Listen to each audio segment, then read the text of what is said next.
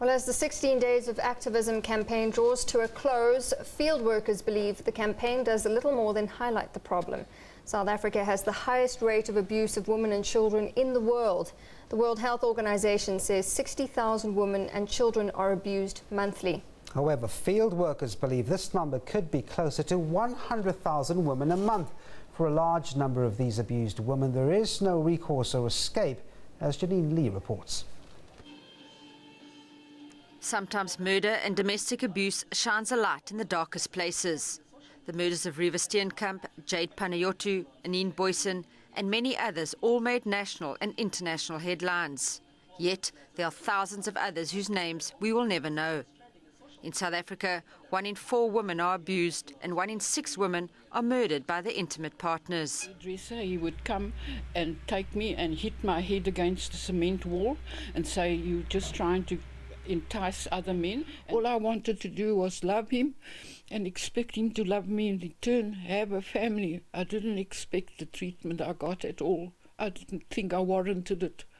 I wasn't a bad person. He used the knife. The first time he was using the knife.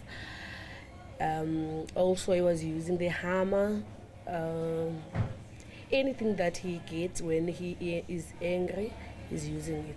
The government has been at the forefront of tackling the problem of women abuse. The police and the courts are empowered through the Domestic Violence Act. I'm scared he's going to come back and he's going to hurt me, because he said to me, even when the police arrived last night, he said to me he's been in prison how many times.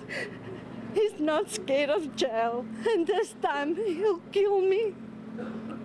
He'll kill me, and then he's got a good enough reason to sit.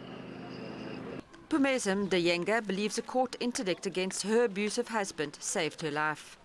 My husband was abused me very much, because when he's drinking was hitting me in my face, hitting me in my body. Look at me now, I don't have even a teeth because of my husband. The Yokosela Haven in Port Elizabeth has been providing support for abused women for 22 years. But initiatives like the 16 Days of Activism campaign and Women's Month seem to have little impact. Just tells people don't do that, it's not good, it's not nice. We know that. But with awareness must come action. And I think it's very, very important. Not only should we assist women in shelters, but I do believe the government should assist women with skills training and also financially after they leave shelters and move on. Because, as I've said before, women go back because they don't have any finances. Spotting an abusive partner is difficult. In the very beginning, he was the most charming, loving, caring person that I'd ever met. Then, after the abuse, regret. He would cry. He would beg for forgiveness. He would tell me he's sorry. But getting out of these relationships is often very difficult. I get brainwashed by him again, and I try and I do everything to withdraw. The thing is, when you're in an abuse relationship, you feel there's no one else for you except him. And you keep on going back for more. But this time, I can see in his eyes, he's coming to hurt me. Researchers have found that violent behavior in relationships is significantly underreported.